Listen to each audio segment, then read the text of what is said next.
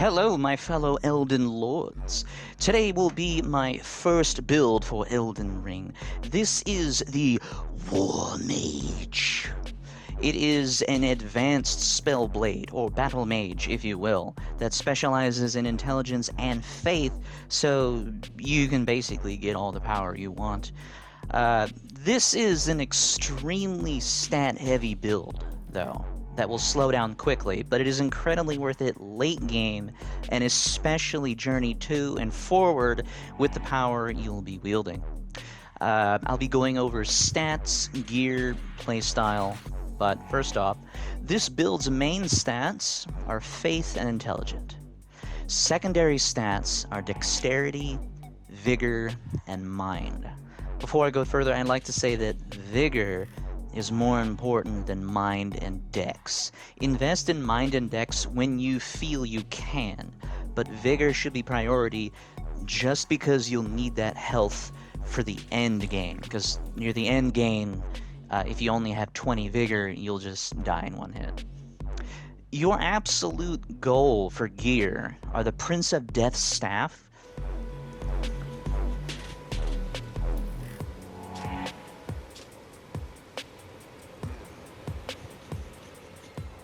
and the Sword of Night and Flame. Both of these require faith and intelligence, so combining them into a single build is what makes you the supreme War Mage, the ultimate spell sword. Ideally, your playstyle combines both might and magic of both schools, but because this is a heavy stat investment, it'll be difficult to achieve. If you invest too much in faith and intelligence, then your dex will lag behind, and you can't use your sword as effectively, so finding your balance is important. Because overall, I can give you this, but you do whatever you feel you need to. So at the start, when you choose a class, the ideal options are either Prisoner or Confessor, as they're both spell sword classes for their magic schools. I would go ahead and choose Confessor because their intelligence stat is not as low as the Prisoner's faith stat, and you won't be working hard to even them out. For your early game, just play as a warrior with a second in magic. Your starting incantations Catch Flame, which is a melee spell you can cast repeatedly, but your goal is to get to the round table as quickly as possible for the Fireball spell. Fireball has a little splash damage, hits hard, and has a possibility to hit multiple enemies in a group. But in order to keep your fighting style in check, use your magic when needed and not focus on it in the beginning. Anything you can do to keep you honed to be a warrior until your magic overpowers it. That's how you're going to be playing. So, warrior at the start, and then once your magic starts catching up and surpassing it, then do the opposite. Magic first, then warrior to finish him off. Okay, so now the Sword of Night and Flame has requirements of 12 strength, 12 dex, and 24 in faith and intelligence. This weapon is your first goal, as a staff will be found much later. Also, since it will be a staff, you'll eventually be crossing over to sorceries as your main magic with incantations on backup. If you don't want the staff and you want to go full-on incantations, that's fine, but I'm choosing the Prince of Death's Staff just because it has the same requirements as the Sword of Night and Flame. You'll be upgrading both stats anyway. With those stat requirements in mind, that is how you will focus leveling up. Getting your faith and intelligence to match that of the sword so you can use it. I'll be showing you how to get the sword now. On the way, for stats for improving the sword without boosting your own, go up to 214 physical damage with your magic being much lower. But faith and intelligence scale up to B, while dexterity goes up to D, as in dog. The main power of the sword comes from its magic, with how much potential the magic has in scaling compared to physical damage. But this is still a sword, so there's no point in getting it if you're just going to use the magic. Even though the magic will surpass the physical damage of the sword, you should still be using the sword because it is a great sword. +9, you're going to be basically one-shotting most of the enemies in the entirety of Limgrave, uh, and doing some decent damage to the creatures in the lake area.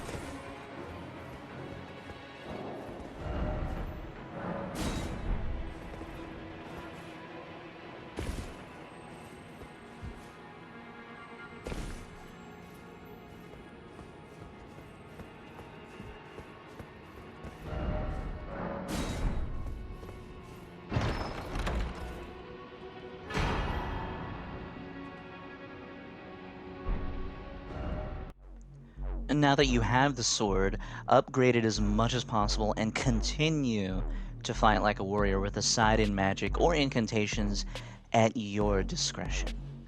Intelligence has a soft cap of 80, which is quite high. Faith might be similar, but I don't have a guarantee on that. Now, as far as your dex and vigor stats go, a good spot for them at the beginning of the game would be 20 each. Dexterity doesn't improve the sword that much, so you might want to go for 15, or just ignore it completely, but keep in mind the speed of your spells is determined by your dex, so I wouldn't sleep on it. Late game, however, you will need the health to compensate for the damage the bosses give you. If you have 25 to 30 vigor at the end of the game, you will get 1 to 2 shotted. That's what happened to me. In my opinion, at the end of the game, you should have 40 vigor. You'll be able to withstand 4 to 5 hits from the boss. When I got to the final bosses at the end of the game, I did not have 40 vigor. I had much lower, because I didn't understand my own build, and I just kept dying. It was horrible. It was super difficult, because I could barely take 1 hit. But going up to 40 vigor, I had like 1500, I believe. And I was tanking hits. It was great. I could finally use the full power of my build. So now if you have 30 vigor and 60 in both faith and intelligence, you'll be well past level 120 though. So when I say this is an endgame build, I'm very serious. Grinding will become dull and tiresome, but the power is worth it. So if you can only get like 60 in faith and intelligence, and you don't have a lot of vigor, but you're level 130 now, that's what this build is. The first time you play it will be a little rough, but Journey 2 forward, well, you'll just be overpowering everything. Now all of that is just with a sword. The staff is with equal investment in faith and intelligence surpasses Lusat's staff. You'll be hitting hard with 60 in both stats, and the perfect spell to use it with will be Ancient Death Rancor, which is boosted by your Staff of Death. It takes a lot of magic, but it will do some incredible damage and has the potential to stun enemies. I can't say for certain that it will stun lock bosses, but humanoid-sized enemies, it'll definitely push them back a little. You might not get a critical, but it'll slow them down. I would encourage trying out Rock Sling and this spell on bosses and see which one can get you a critical hit faster. If you actually can get a critical hit, because I haven't been able to test that spell on bosses. Or I have, and I just forgot to put it in the script. Good job, man. Good job.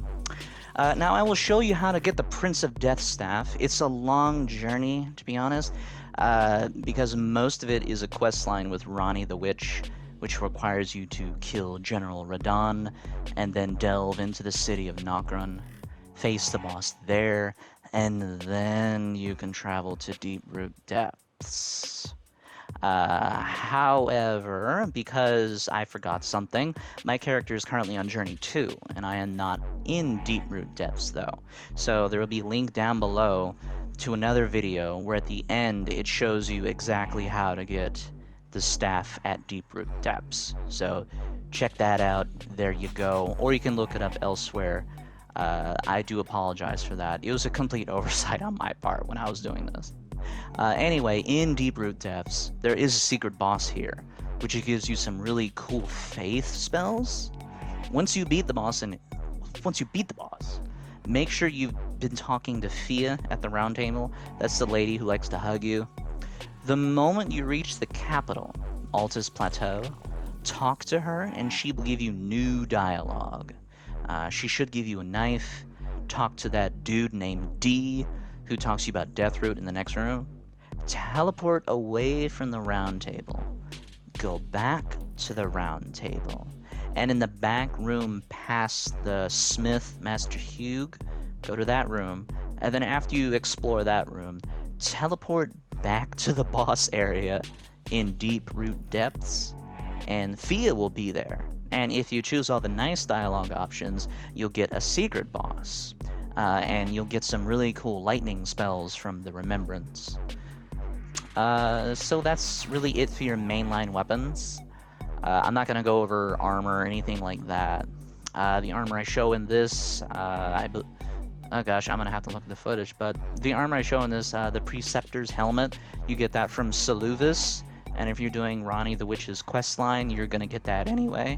So there you go. But as far as everything else, I'm really going to leave up to you and how you want to dress, because everybody has their own style when it comes to spellblades. Maybe more warrior, maybe more mage. I even had a hard time finding the look I wanted to have. Now to go over your play style. You don't have to play this way. You can do whatever you want, but the point is to maximize the tools you have. At the beginning of the game, like I said before, just go for your basic sword and shield combo with a second in spells and incantation. I have footage of me beating the first two bosses this way, so I can do it, you can do it. You'll be blocking a lot of the time, counter-attacking, quick-stepping, parrying if you feel like it, but secondary using magic, not first. Especially against Godric, since he actually has fire magic as well. Once you get past Godric, the story opens up and you have more freedom. There are many options for a staff or seals. Go find some cool spells. Explore and have fun. Don't rush it, because this is a stat-heavy build. You know, enjoy what you're doing.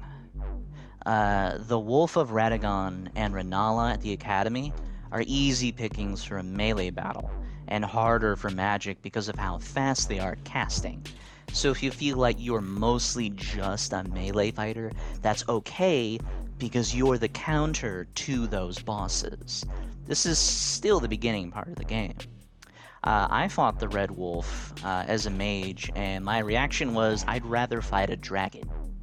My friend fought the wolf as a samurai, and she shamed me hard when she walked into the room and killed it a minute later.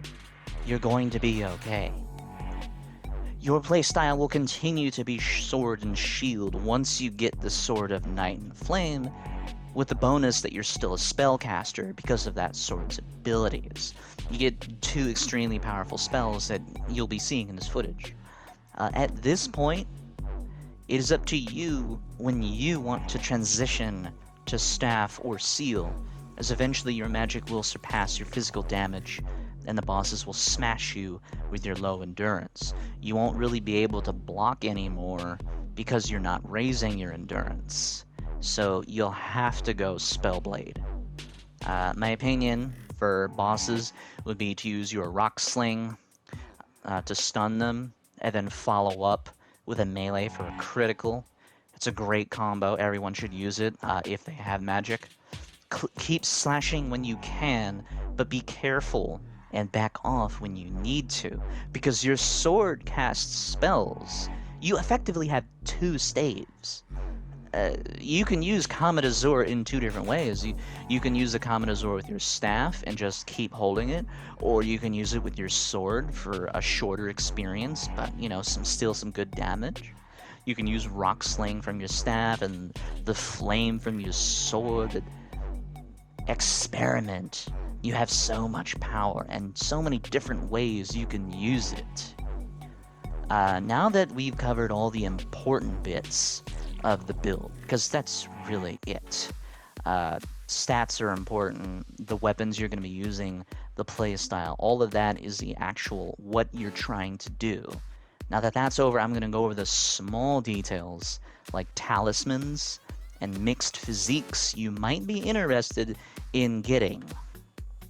There are dozens of talismans, but I'll go over the ones I think would benefit multiple playstyles over the course of your playthrough, whether you want to go more sword or more magic, depending on what you want to do, or if you want to combine them. All of these will enhance whatever playstyle you wish to use. If you feel one side of your playstyle is lacking, these talismans can boost that up to even it out. Or when everything's even, these talismans will, and the physiques will just boost it up even more and increasing your power. So the first one is Carrion Filigreed Crest. Lowers FP consumed by skills, so you can use your sword magic more often. Cerulean Amber Medallion. Raises FP if you don't invest enough in mind. Viridian Amber Medallion. Raises stamina. Graven School and Mass Talismans. These boost your magic damage and stack for a combined 12% increase to magic damage. Does not work for weapons. You can also stack this with the Magic Scorpion Charm as well, but that one makes you take more damage. So that's effectively 3 different talismans for magic. I'm not showing you the locations of anything in this video because it'd be too long. And since I started over, I can't actually show you the location of some of these, but I will leave links to each one of these talismans in the description below, so you can still find them. The next one is Faithful's Canvas. Raises incantation power for more damage. So if you're using more incantations, you want to use this one because it makes it more powerful. Twin Blade Talisman. Enhances final hit of chain attacks. Great for early game sword and shield combos. Winged Sword Insignia. Raises attack power with successive attacks. The more you hit someone, the more damage you do. Combine this with the previous Twin Blade and you are stacking in damage. Shard of Alexander.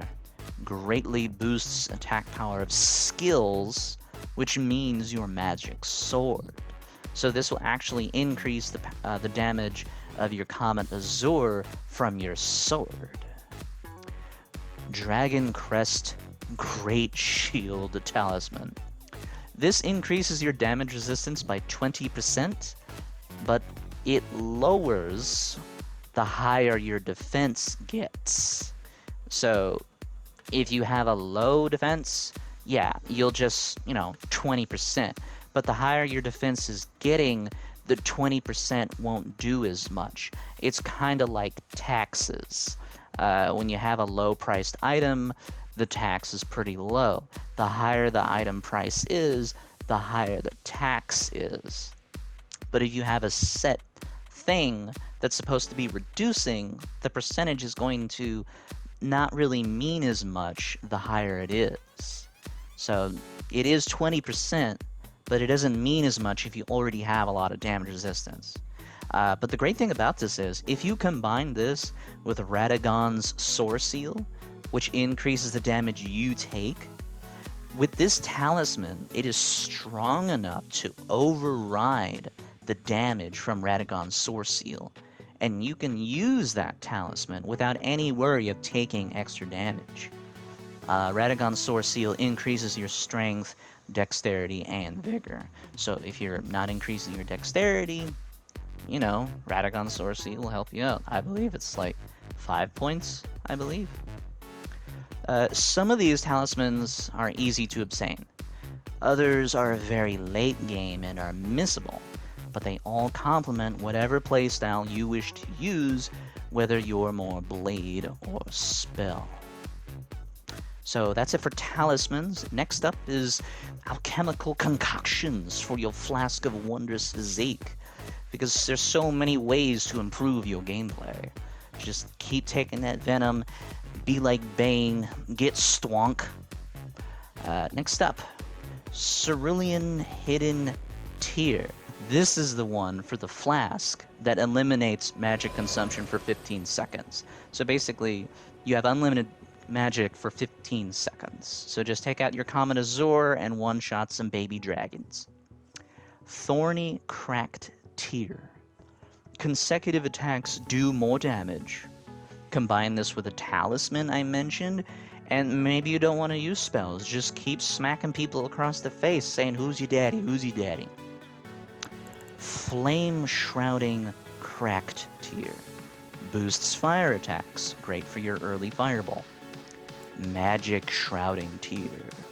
Boosts magic attacks, which supposedly also means your Sword of Night and Flame. I don't know why the flask would improve your Sword of Night and Flame magic, but some of the talismans don't. So take that what you will. Because I just got that from people commenting in the wiki and their testing. But like I said, I don't know why the Wondrous physique would enhance your sword, but the same one wouldn't work for a talisman. So test that on your own. Next up is the Green Burst Crystal Tear. Boosts stamina recovery. This one is my favorite. It comes in a real clutch for bosses. Spells, dodging, attacking all require stamina, so getting it back faster is essential. So if you have a boss that's spamming an attack and you're dodging all over the place because you don't know how to dodge correctly, this one helps you out by bringing your wasted stamina back. Good for you. Crimson Spill Crystal Tear. A lot of these have long names. Boosts maximum HP by 10%. If your vigor isn't high enough, this might be just what you need. Though don't forget about Margot's Great Rune, which also increases your health by 25%, which is calculated after all your other buffs. So if you have a helmet, a talisman, and a flask that increases your maximum HP, then use Margot's Great Rune, which is 25% more after all those other buffs. So it's just, even more maximum health. And this is a great way to compensate if you don't want to invest in vigor. Although how much it'll give you, I don't know. That's up to you to find out. Finally, for the last one, we have the Twiggy Cracked Tear. A lot of these are really difficult to say. Stops you from losing your runes upon death for 3 minutes. Now this is situational. It's just like the sacrificial twig. If you know there's a boss, you shouldn't even have runes on you. But sometimes you don't know. But will you have this equipped? You can use this strategically. If you die losing 100k in runes, and then you wake up, you pop this drink, go get them. And if you die again, bam, you save them. This also works if you don't get them. So if you die, lose your runes, they're on the ground, you pop this drink, and you die before you can get them, they'll still be there on the ground. So this potion will help you if you use it properly in the right situations. So that'll be all for this build of the War Mage. I did not go in depth for spells and incantations, but I will link the scrolls for all those things down below, along with all the necessary links for the items. So all those cerulean tears, all the talismans, link pages for the staff and the weapon. I'll have all that down below so you can take a look at it if I missed anything. This is my first build video for this type of game. Other build videos, I have experience in Resident Evil Resistance, Skyrim, and Fallout. Very different from this type of game. So if I left anything out for this type of build video, please tell me down below. Please tell me what you feel you should know. I want to make more of these, and if I'm just, not putting in the information everybody needs, then, well, then there's shit. I want to get better. So, thank you. Please tell me anything. I love hearing from you guys. But as far as this, I feel the stat placement and gear is more important, especially when it comes to such a stat-heavy build. Other builds with less requirements, I'll definitely go over spells and weapons and what you want. But I'm sure this video is already too long. It's almost half an hour. If you have any suggestions for more builds or a better format to, present builds, please comment down below. Thank you. Is this great? Is this horrible? Are you gonna play this? I've actually been playing it. It's really fun. I love how powerful it is. So thank you. And as always, have a great day.